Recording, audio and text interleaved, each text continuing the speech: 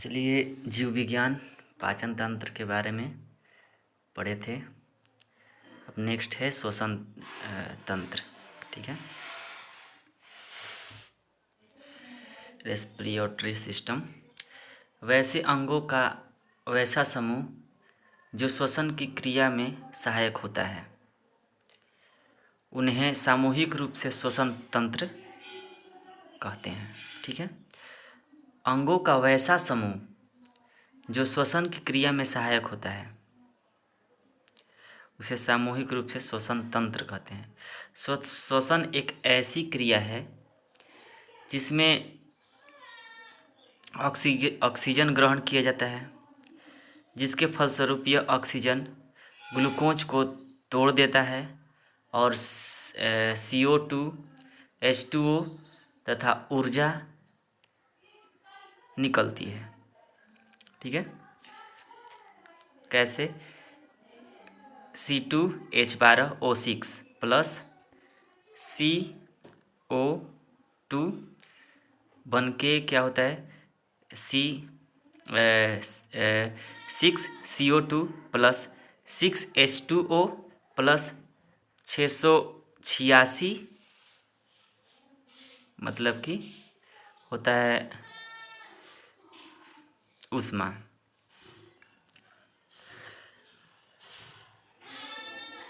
KCl होता है, ये होता है 6CO2 plus 6H2O plus 686 KCl। ठीक है, आगे बढ़ते हैं। श्वसन की क्रिया ऑक्सीकरण की क्रिया है। श्वसन की क्रिया क्या है? ऑक्सीकरण की क्रिया है। इसके फलस्वरूप ऊर्जा निकलती है। क्या निकलती है? ऊर्जा निकलती है। यही कारण है कि मृत व्यक्ति का शरीर ठंडा हो जाता है, क्योंकि वह सांस नहीं लेता। ठीक है, क्या होता है इसका मतलब? फिर से समझते हैं। श्वसन की क्रिया ऑक्सीकरण की क्रिया है। श्वसन की क्रिया जो होता है ना, ये ऑक्सीकरण की क्रिया होता है। इसके फलस्वरूप क्या होता है ना, ऊर्जा निकलता है। और यही कारण है कि मृत व्यक्ति का शरीर जो होता है ना, ये ठंडा हो जाता है, क्योंकि वो सांस नहीं ले पाता। आगे बढ़ते हैं नेक्स्ट टॉपिक में। श्वसन की क्रिया एक अपचायी क्रिया है। ठीक है, श्वसन की क्रिया क्या है? एक अपचायी क्रिया है। चलिए, ब्रेथिंग के बारे में जानते हैं। श्वासोच्छ्वास, श्वासोच्छ्वास, ये ब्रीथिंग होता है। ये सांस अंदर लेने तथा बाहर छोड़ने की क्रिया को श्वासोच्छ्वास कहते हैं। श्वासोच्छ्वास कहते हैं। सांस लेने और बाहर छोड़ने की श्वासोच्छ्वास कहते हैं। श्वासोच्छ्वास दो प्रकार के होते हैं, यानी ब्रीथिंग, निश्वसन और निःश्वसन होता है। ठीक है, निःश्वसन क्या होता है? सांस अंदर लेने की क्रिया को निःश्वसन कहते हैं। ये निःश्वसन होता है।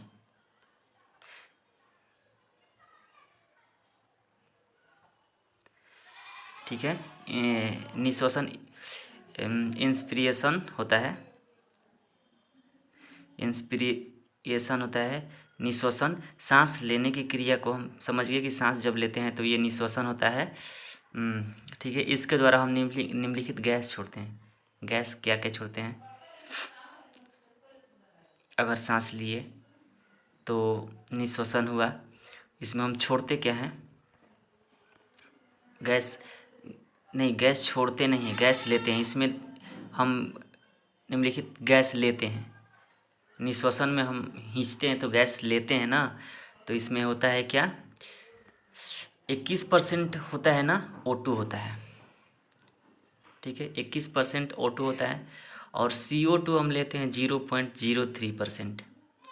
CO2 कितना खींचते हैं? 0.03%। और N2 होता है हम लोग का 78%। 78% N2 होता है। O2 होता है 21%, CO2 होता है 0.03% और N2 होता है 78%। ठीक है। निश्वसन, तो निश्वसन मतलब एक्सपीरियंसन होता है जब हम सांस बाहर छोड़ते हैं तो उसे हम निश्वसन कहते हैं। ठीक है। निश्वसन हो गया। निश्वसन एक्सपीरियंसन होता है जब हम सांस को क्या करते हैं, बाहर छोड़ते हैं तो उसे निश्वसन कहते हैं। जितनी मात्रा में हम सांस अंदर लेते हैं उतनी मात्रा में हम सांस बाहर छोड़ते हैं। ठीक है। किंतु गैस का अनुपात बदल जाता है। निश्वसन में निम्नलिखित गैस निकलती है। O2 17% निकलता है, CO2 4.6% निकलता है और 78% N2 निकल जाता है। 78% N2 जो लेते हैं उतना ही छोड़ते हैं। ठीक है। लेकिन CO2 बढ़ जाता है और हमारा O2 घट जाता है। ठीक है। 21% खींचते हैं, 17% छोड़ते हैं। और इसमें होता है कि CO2 जो होता है ना 0.03% खींचते हैं और छोड़ते हैं 4.6%। और नाइट्रोजन जो N2 है ये हम 78% खींचते हैं तो 78% छोड़ते भी हैं। आगे बढ़ते हैं। प्रमुख श्वसन अंग। श्वसन तंत्र का वह अंग जो श्वसन तंत्र में सबसे महत्वपूर्ण भूमिका निभाता है। श्वसन तंत्र का वह अंग जो श्वसन तंत्र में सबसे महत्वपूर्ण भूमिका निभाता है, प्रमुख श्वसन अंग कहलाता है। क्या कहलाता है? पहला है एक कोशीय जीव। एक कोशीय जीव क्या करता है, विसरण विधि द्वारा ये होता है। ठीक है। विसरण विधि द्वारा एक कोशीय जीव होता है विसरण विधि द्वारा। जलीय जीव होता है गिल्स द्वारा। मतलब कि होता है कि श्वसन, मतलब इसका कहने का मतलब है कि श्वसन तंत्र जो होता है ना ये प्रमुख भूमिका किस किस चीज़ से निभाता है और प्रमुख अंग एक कोशीय जीव जब होगा तो विसरण विधि द्वारा वो सांस लेता है। ठीक है। जलीय जीव होता है ना ये गिल्स द्वारा मतलब गलफड़ द्वारा ये सांस लेता है। कीट जो होता है श्वसन नली द्वारा होता है। इसका कीट जो होता है श्वसन नली द्वारा होता है। टेडपोल, टेडपोल यानी टेडपोल को हम लोग बोलते हैं जो मेढक का बच्चा होता है उसको, ये भी गिल्स द्वारा लेता है। ठीक है। आज जो निष्क्रिय मेढक जो होता है भूमि के अंदर जो रहता है वो अपना त्वचा से सांस ले लेता है। ठीक है। बिच्छू सांस अपना लेता है बुकलंगस के द्वारा। बिच्छू बुकलंगस के द्वारा। मानव जो होता है ना ये फेफड़ा से लेता है सांस। फेफड़ा से ही ये एक नाक जो होता है ना ये एक लेने का एक जरिया है लेकिन जाता है फेफड़ा से। ठीक है। मानव का श्वसन मार्ग। मानव का श्वसन मार्ग देखिए मानव जब श्वसन करता है तो वायु जिस मार्ग का अनुसरण करती है उस मार्ग को ही श्वसन मार्ग कहा जाता है। श्वसन मार्ग निम्नलिखित है। नसा छिद्र, नासिका कपाट, ग्रसनी, स्वरतंत्र, श्वसन नली, ब्रोकाई, ब्रोकियोल्स, वायुकोष्ठक, रुधिर और कोशिका। ये 10 होता है।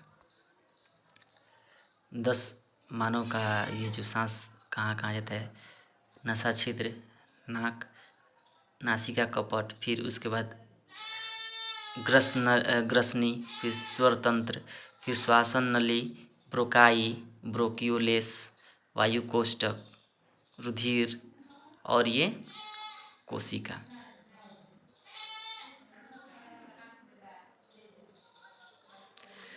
डायफ्राम क्या होता है? डायफ्राम होता है, अगर डायफ्राम होता है यह वह यह वक्ष गुहा के नीचे तथा अंदर गुहा के ऊपर पाया जाता है। यह संयोजी ऊतक का बना होता है। निःश्वसन में यह 75% योगदान करता है। ठीक है। गर्भवती महिलाओं में निःश्वसन में डायफ्राम महत्वपूर्ण भूमिका निभाता है। ठीक है। डायफ्राम टूट जाने पर व्यक्ति की मृत्यु हो जाती है। डायफ्राम जो होता है ना, टूट जाने पर व्यक्ति की मृत्यु हो जाती है। नसा छिद्र, नसा छिद्र क्या होता है? नाक का यह अगला भाग होता है। इसी भाग से वायु अंदर जाती है, जिसे बाल पाए जाते हैं, जिसमें बाल पाए जाते हैं जो धूल कण को रोक लेता है। नाक, नसा छिद्र नाक होता है। नासिका कपट क्या होता है?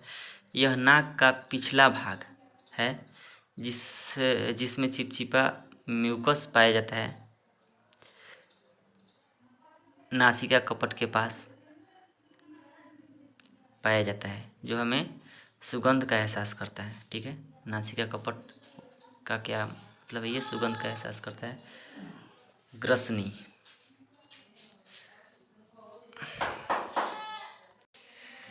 चलिए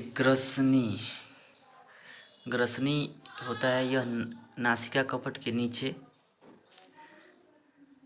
ठीक है, तथा मुख गुहा के पीछे पाया जाता है। नासिका कपट के नीचे तथा मुख गुहा के पीछे पाया जाता है। इस मार्ग से भोजन वायु दोनों जाते हैं। ग्रसनी में इस मार्ग से भोजन तथा वायु दोनों पाए जाते हैं। रिमार्क, ग्रसनी निगल द्वारा के माध्यम से ग्रास नली से जुड़ता है। ग्रसनी और स्वर तंत्र के द्वारा श्वसन नली से जुड़ता है। ग्रसनी स्वर तंत्र के द्वारा श्वसन नली से जुड़ता है। ठीक है। स्वर तंत्र यह ग्रसनी के नीचे पाया जाता है। यह आवाज़ निकालने में सहायक होता है, अतः इसे वॉइस बॉक्स कहते हैं। पक्षियों में वॉइस बॉक्स का काम सैरिनेक्स करता है। स्वर तंत्र से आवाज़ निकलता है। ठीक है।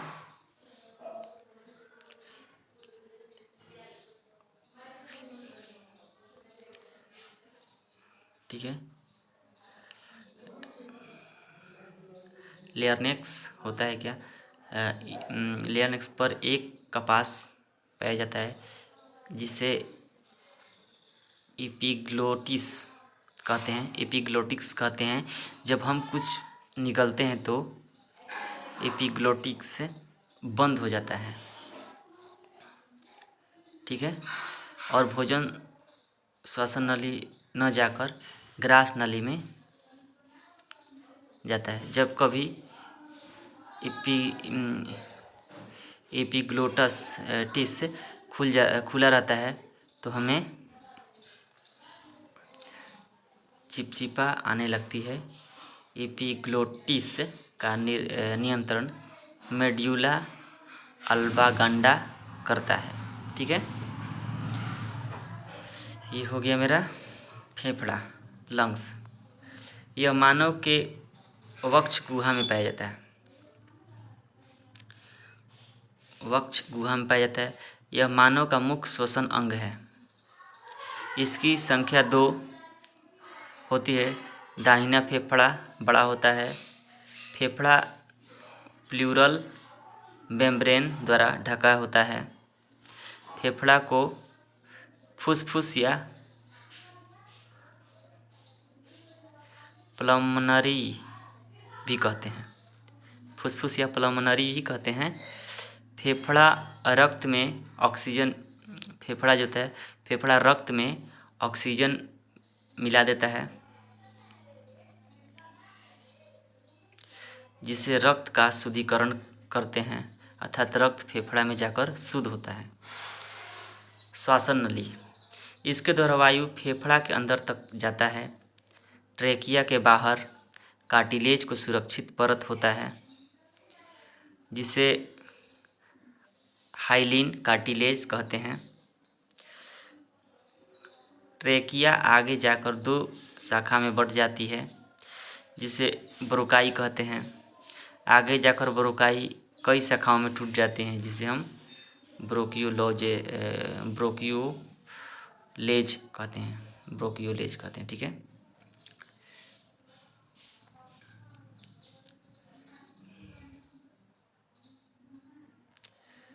वायु कोष्ठक, चलिए वायु कोष्ठक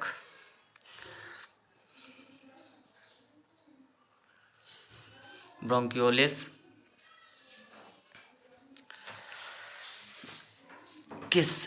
ब्रोंकियोलिस के सिरे पर गोल संरचना पाई जाती है जिसे अल्वेओली कहते हैं। अल्वेओली गैस के विनिमय का कार्य करता है। जब अल्वेओली जमा हो जाता है तो उस बीमारी को निमोनिया कहते हैं।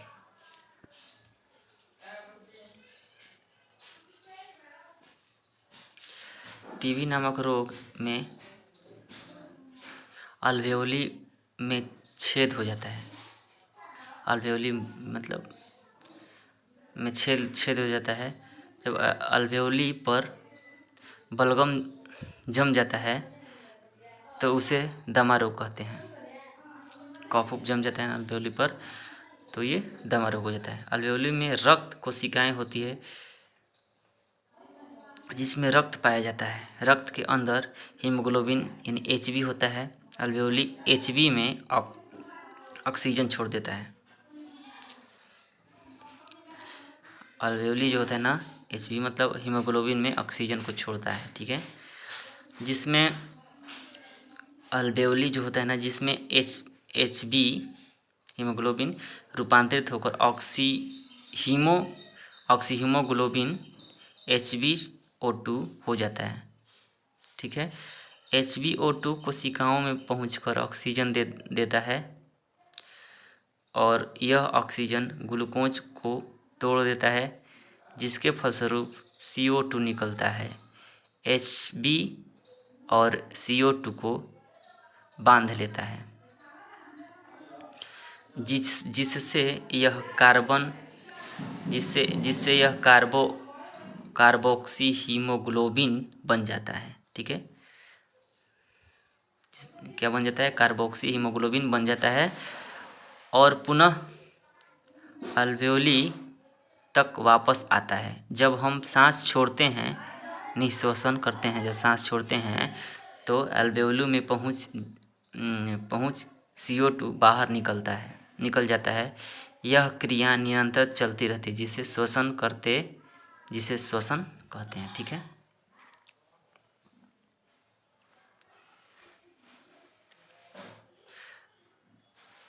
टिडल वैल्यूम, एक बार में हम जितनी बार सांस लेते हैं या जितनी सांस छोड़ते हैं तो उसे हम टिडल वैल्यूम या टीबी कहते हैं। एक बार में टिडल वैल्यूम 500 ml होता है। 500 ml होता है। एक मिनट में 500 गुना 16 यानी 8000 ml और 81 होता है। ठीक है। टोटल लंग्स कैपेसिटी क्या होता है? एक बार में ली गई अधिकतम आयु सांस को टोटल लंग कैपेसिटी या TLC कहते हैं। TLC लगभग 6000 ml या 6 ml होता है। 6000 ml या 6 L होता है। टोटल वैल्यू TLC का मात्र 8% होता है। ठीक है। टोटल लंग्स कैपेसिटी कितना होता है?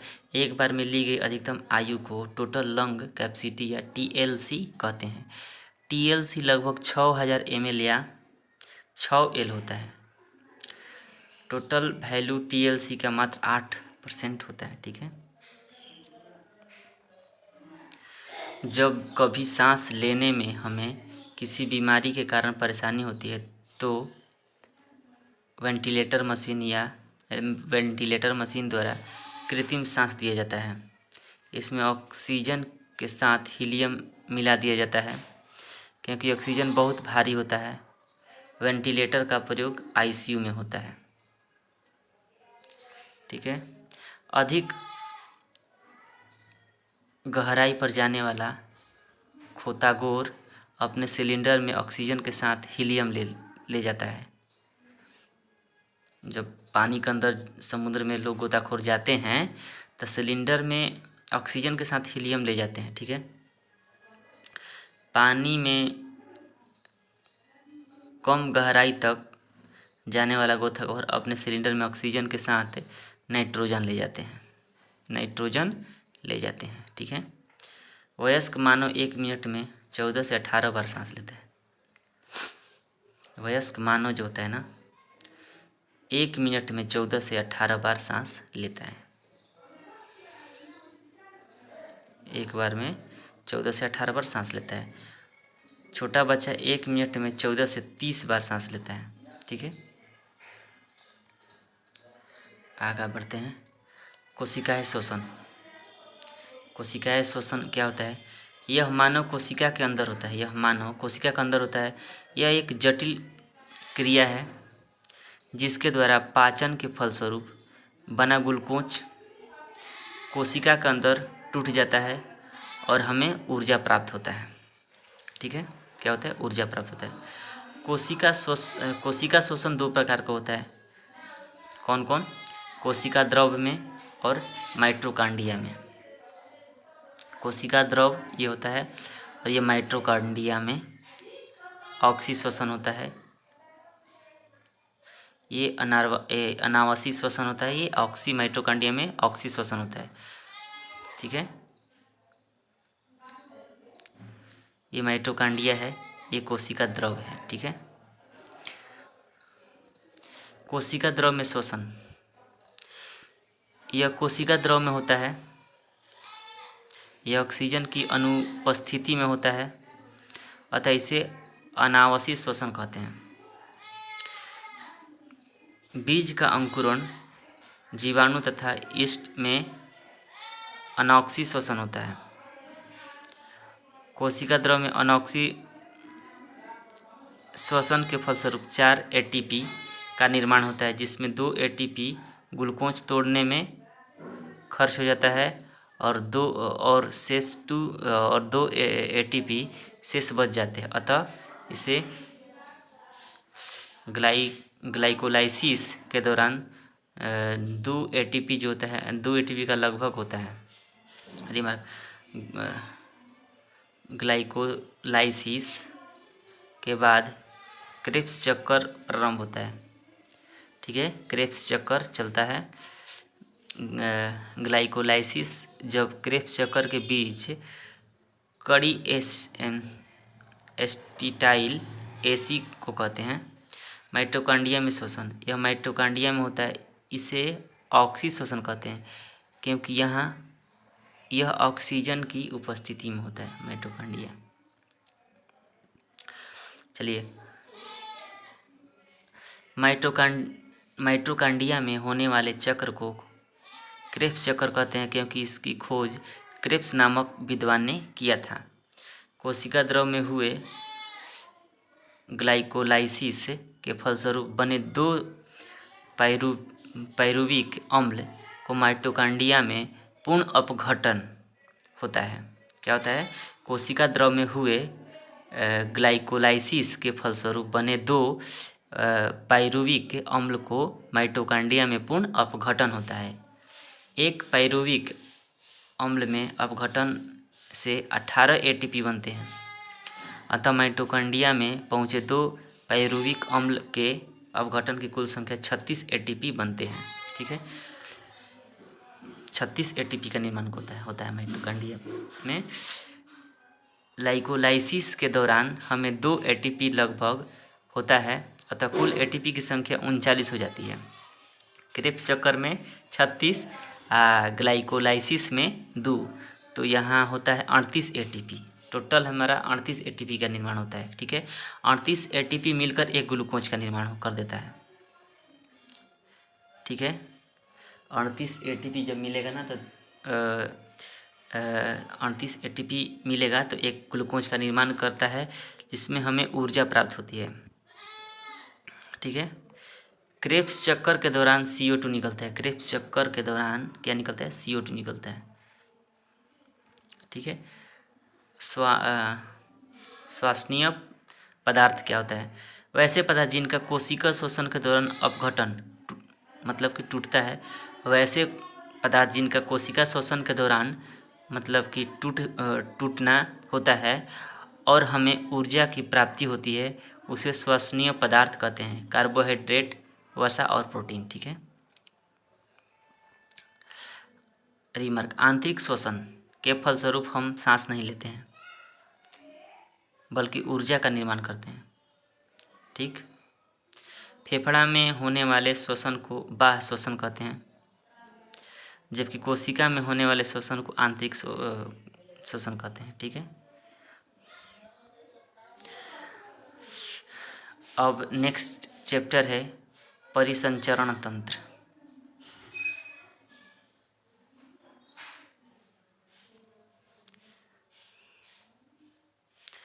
तो हम ये परिसंचरण तंत्र कल देखते हैं।